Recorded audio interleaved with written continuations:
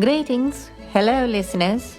This is your friend Squancho the Monkey Boy once again, coming to read from Sir Ballsfart's epic masterpiece, Sir Ballsfart in the Forest of Penises. Today we will be discussing Chapter 4, entitled Dookie Panic. As always, trigger warning for anyone that is offended by words. And the Lord also wanted to say that please like and subscribe if you are into any of this sort of thing. So all right, let's begin. I took a deep, refreshing gulp from my water skin as I marched away from the Kappas and their pointless bullshit. As I progressed, it seemed that though I was getting closer into the forest of penises, the cocks were now growing further and further apart from one another. This did not mean that they were receding, though. Oh no, quite the contrary. If anything, they were only becoming larger, curvier, and stinkier than those that came before. Soon the air completely reeked with something akin to tortillas, because that is what balls smell like. But still, it was uplifting to finally see tufts of green grass growing in the open areas between them. At some point in the passing hours, it became clear to me that these asshole birds were definitely aiming for my head now. And as I got used to spotting them up in the sky, I also got pretty damn good at dodging their giant stinky dumps. But still, I had to wonder, why did these birds take such giant stinky dumps? And why did they do it so frequently? And how often did the Kappas get fecal matter dropped into their goofy brain bowls? And how long would it have to be before I finally got some sweet, sweet tang again? All of these mysteries vexed me as I walked lonely between those immense wieners. Nothing too interesting happened during this portion of the march, though. After a few hours, I did come upon a wide bluff with a jagged rocky ridge just beyond it. But being the bad motherfucker that I most certainly am, I scaled both of these obstacles with absolute ease, though I admit that they certainly did require a bit of energy. See, I don't know if I've made this crystal clear yet, but I am kind of what some might call a bit of a lard ass. And though I normally just charge face first into these kinds of adventures, I'm usually trudging through regular forests, as in ones not entirely comprised of literal penises, and therefore I am usually able to find lots of animals that I can trap and eat along the way. But here, not so much. The only things that seemed to be edible were those birds, but I only brought a handful of ball bearings to load into my automated slingshot, and seeing as my sword was destroyed by shit for brains back there, I probably need to conserve those shots for as long as I possibly could. Equally problematic was the fact that fresh water seemed to exist only in areas filled with murderous, dickish merpeople, and sadly, my precious and refreshing water skin was growing lighter by the hour. I seriously needed to figure all of this shit out, and soon began considering that the old senile Kappa might have been right about something. I would need to learn how the food chain worked around here if I ever hoped to survive in this dumbass magical wilderness. The hours of the day continued dragging on, and my waning stomach rumbled and gurgled beneath my armor. The fact that the hot midday sun was now beating directly down upon my overdressed ass really wasn't helping either. I was quite literally sweating my big fuzzy balls off, figuratively speaking. And then it happened. I got hit with a voluminous dump of bird doogie. Those fucking birds. I hadn't been paying attention, and they finally got me again. Enraged, I loaded a ball bearing into my slingshot and fired it right at that piece of shit in the air. But unfortunately, this shot was a complete miss. Still fuming with anger, I fired a second shot, and then a third. Motherfucker! I was so hungry.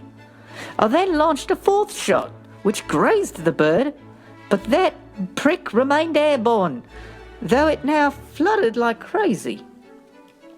Before all was said and done, I would end up firing 8 shots in total to bring that bastard crashing down. I didn't care though, I had finally succeeded. Happily, I trotted up to collect my fallen prize, but was dismayed to realise that I couldn't find the carcass anywhere. I searched all over for almost an hour, but the darn thing was gone. Maybe it somehow landed right in a giant pea hole. I may never know. I looked around and checked my ball bearings, but there were only 3 left. Shit.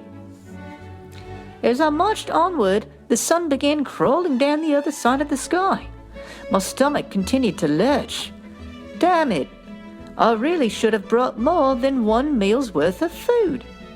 No, that wasn't very practical, but I just hate lugging around so much weight when I'm adventuring, you know? In time, some more birds flew by. Still pissed over the last one, I hid under a big girthy schlong, hoping to seek revenge. I took 2 more shots from the automatic, but I eventually brought one down, and after it dropped from the sky, I was pleased to at least find the body this time. A little discouraged by the strange day, I decided to make camp in a small grove of peckers as the sun was just beginning to set. I started a fire using my flint stone and an unreasonable quantity of giant pubic hairs. I then cooked up the fowl, reluctantly considering the fact that I had only 1 ball bearing left. Nighttime out there in the forest of penises was strange. The sounds of dumping birds and fist-sized flies were no longer in the air, and seeing as there wasn't much else going on in these lands, the whole place felt completely silent. It was perhaps more silent than any forest I'd ever slept in before, and as I laid in my tent, I considered that I might have to eat some of those fist-sized flies if my luck didn't turn up. This was not a prospect that I enjoyed considering. The flies appeared to be nibbling on the bird shit that was plastered all over the cocks, which meant that eating those flies was effectively eating bird shit. But there didn't seem to be many alternatives. I had almost fallen asleep when I began to feel a strange itching on my upper leg. I looked down to find a large and translucent insect about the size of a small squirrel crawling up my leg. I slapped it beside me and tried to crush it, but its exoskeleton was thick, and it was a real nasty and squirming little fucker. Eventually, I just opened the flap of my tent and tossed it into the grass. But as I looked outside, aided by the rays of the waxing moonlight, I found that there were hundreds more of these insects, all of them crawling around the curling, coarse pubes that extended around the base of the nearby penises. This sight was terrifying, but the creatures crawled slowly and did not seem aggressive. In fact, there was something oddly familiar about them. I had perhaps seen them somehow before in my own experience, though perhaps much smaller. Oh right, I remembered. They were dick lice. Giant dick lice for giant dicks, of course. I got up and pulled my tent spikes out from the ground, swatted several of the giant dick lice off my canvas, and then repositioned my camp in a more open area. Yes, I had known it from the beginning, but the fact that this forest was endlessly insufferable fuckery was becoming clearer with each passing day. I struggled to get back to sleep and almost nearly did when a peculiar vibration began to rise up from the ground beneath me. This vibration came at intervals like massive and lumbering footsteps. There was something out there in the distance, and it was something big, something really fucking big. I opened my tent to get a better look. Far off, in the distance, I could just barely see that a few tallywhackers were shifting and bending to the will of some massive creature. Holy shit! Whatever could be making that sound must be gigantic. And if it got any closer, I'd have to move the tent back into the nest of giant pubic lice to obscure my position. Damn it. As usual, this was yet another catch-22. But luckily for me, that rumbling never came any further, and I eventually did fall asleep. I woke up the next day after having attained only a few brief hours of rest, for the morning birds were now loudly bombing my tent with heavy splattering dumps. Furious beyond reckoning, I crawled out the flap and fired my one final shot in their general direction. Of course, this shot fucking missed. And that's when I remembered that this was now day 3, and that I had no food left, and that I was running dangerously low on water. Oh yes, shit was getting mighty real, my friends. Mighty fucking real. Marching was definitely a lot harder that day, as the sun seemed somehow hotter, and each step now brought an aching from various parts of my gut. My armor had become too hot and heavy to wear, so I took most of it off and began dragging it beside me while I slogged between the cocks and flies. I tried to attack one of those flies with my bare hands, of course, but the little fuck monkeys are lightning quick, and even attempts at throwing my helmet hard enough to smash one proved utterly futile. And that's when I realized that it was official. I was now starving. And with my water skin now empty in this blistering heat, I would soon be dying of thirst as well. But that's when a miracle happened. That's when I found an oasis in this desert of dicks. Somehow, I had come upon a watering hole. There were birds drinking from this water, and I wanted to tear them to pieces, but they all cleared away as soon as I got within shouting distance, and there was no chance that I could hit one with a helmet toss. I considered making traps for them, but in case it wasn't already abundantly clear, there's nothing to make traps out of in a forest without wood. My only hope was to find a good stone for throwing by the water. I approached my oasis with zero caution, which was a stupid thing to do, but my head was no longer in the best place. I didn't care that the whole area reeked of rotten eggs, and I began scooping handful after handful of water into my mouth. The taste was disgusting, and the water was hot, but it was also my only salvation from dying of thirst. Eventually, I just fell to all fours and began lapping that shit up like a dog. There we go.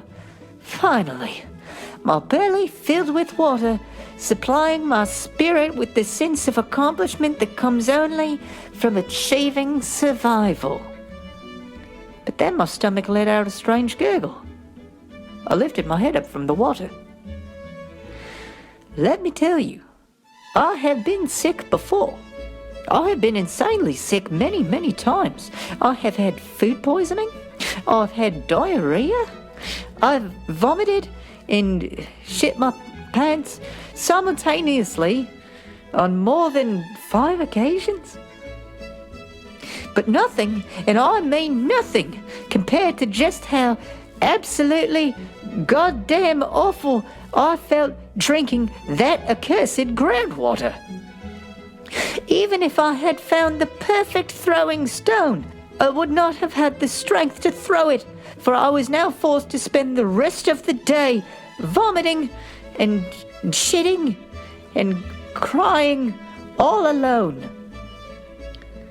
By nightfall, I was completely nude, save my boots, and half covered in my own feces and puke.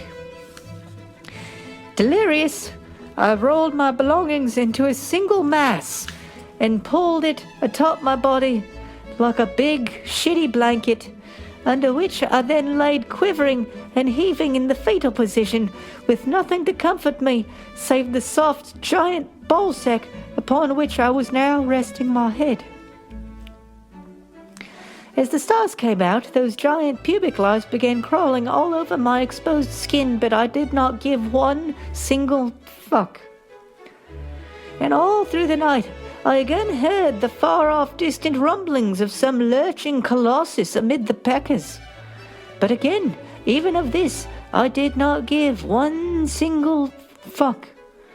And as the sunlight resumed the next morning, I awoke to those giant flies eating my shit off my ass, legs, and back, and I sort of gave a fuck about that, in that I tried to grab a couple of them for food, but again, they were even faster than regular flies, and so ultimately, even these fucks were not ultimately given. Holy shit, you guys. I was fucking dying. This was death. This was my death. This was how the brave and unstoppable Sir Ballsfart would finally meet his end. All alone, covered in his own shit and vomit, as well as giant parasites, quivering atop a nutsack of some giant magical schlong. In my heart, I think I always knew it would end like this. I honestly don't know how I survived the next day. I don't know how I pulled my naked ass up from the ground and stumbled onward, dragging nothing but my empty dwarven slingshot, still rank with my own filth. But I did it. And honestly, I have no concept whatsoever of how much ground I covered that day through utterly mindless confusion. Inevitably, I hit an obstacle. Of course, it was another goddamn river.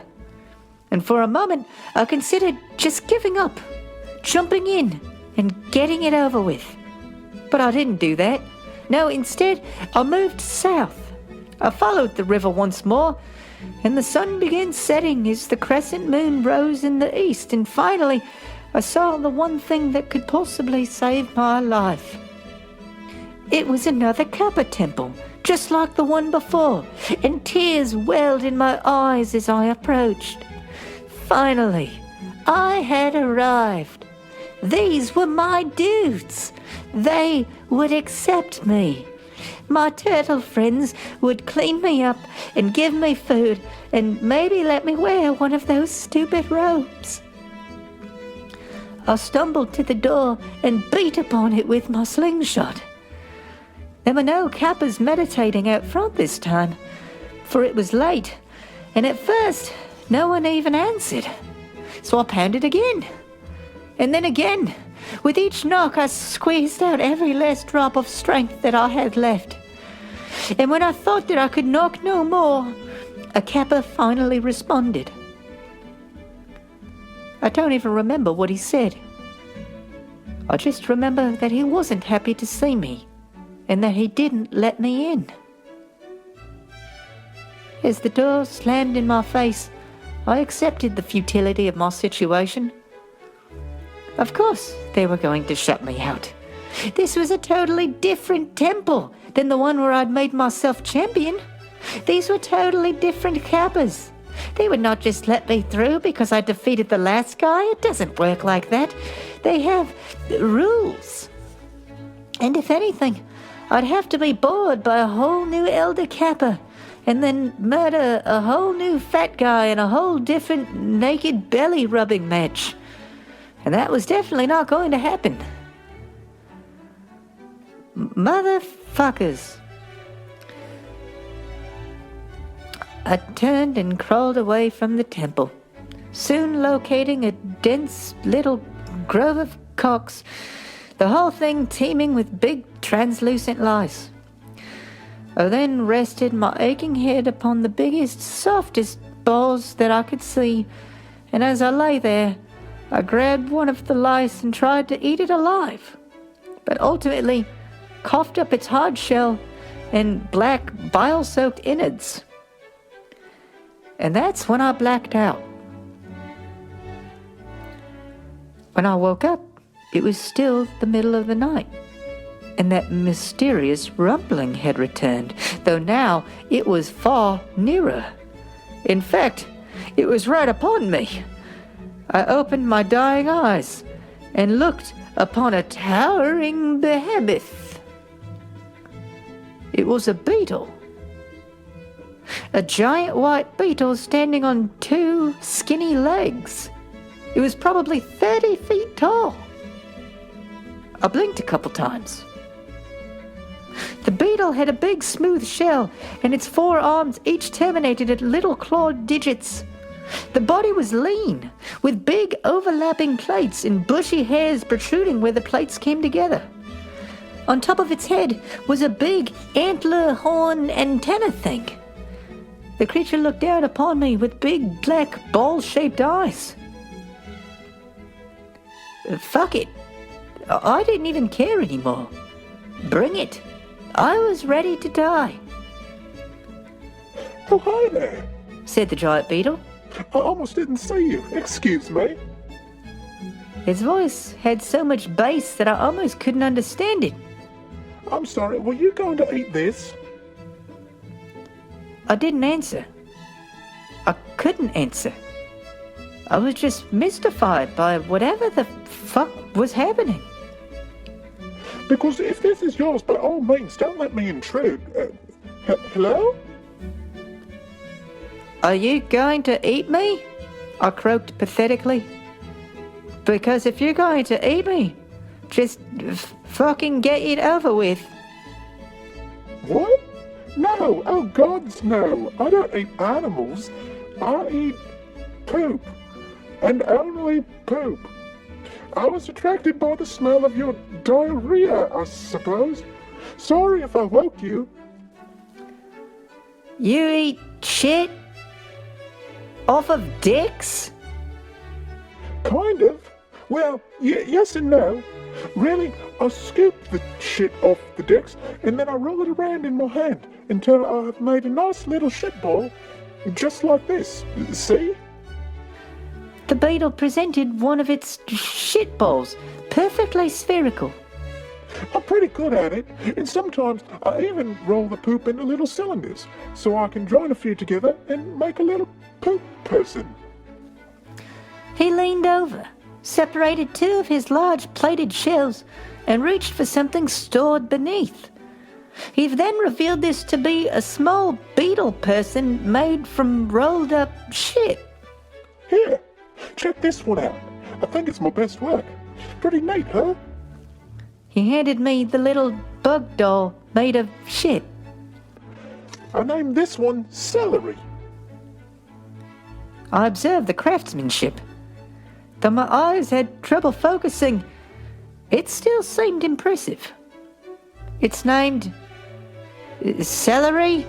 I asked.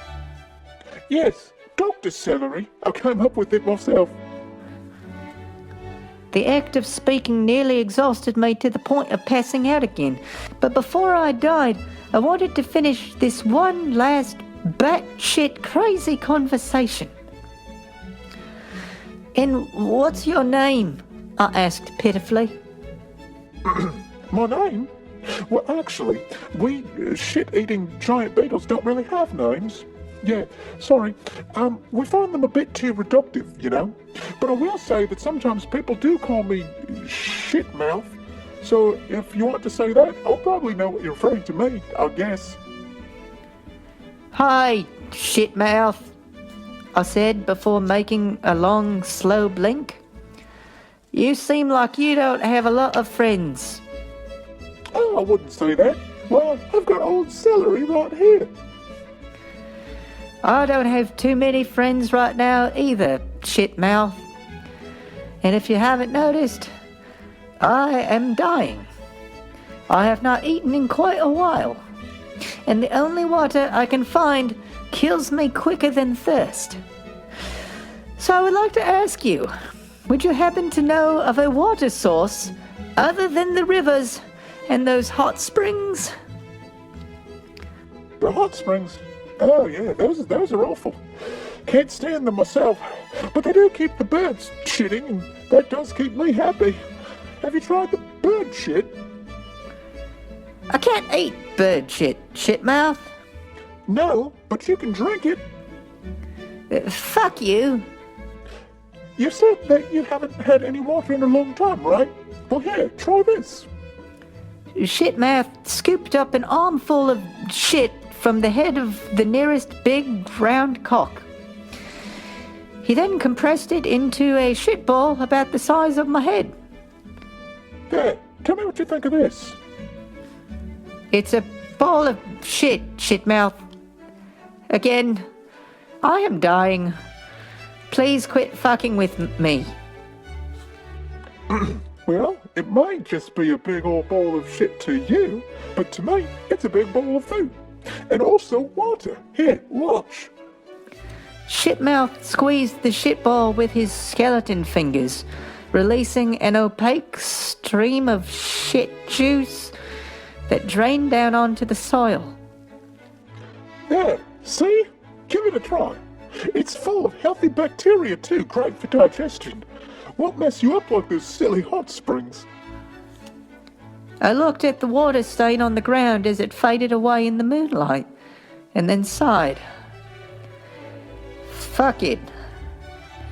What else did I have to lose? I'm going to die either way, I said. Let's fucking do this. Oh, come on, you'll love it. Here, just tilt your head back. I tilted my head back, closed my eyes, and opened my gullet. Then Shitmouth, the giant shit-eating beetle person of the penis forest, squirted shit juice all over my face. This was it. This was what my life had come to.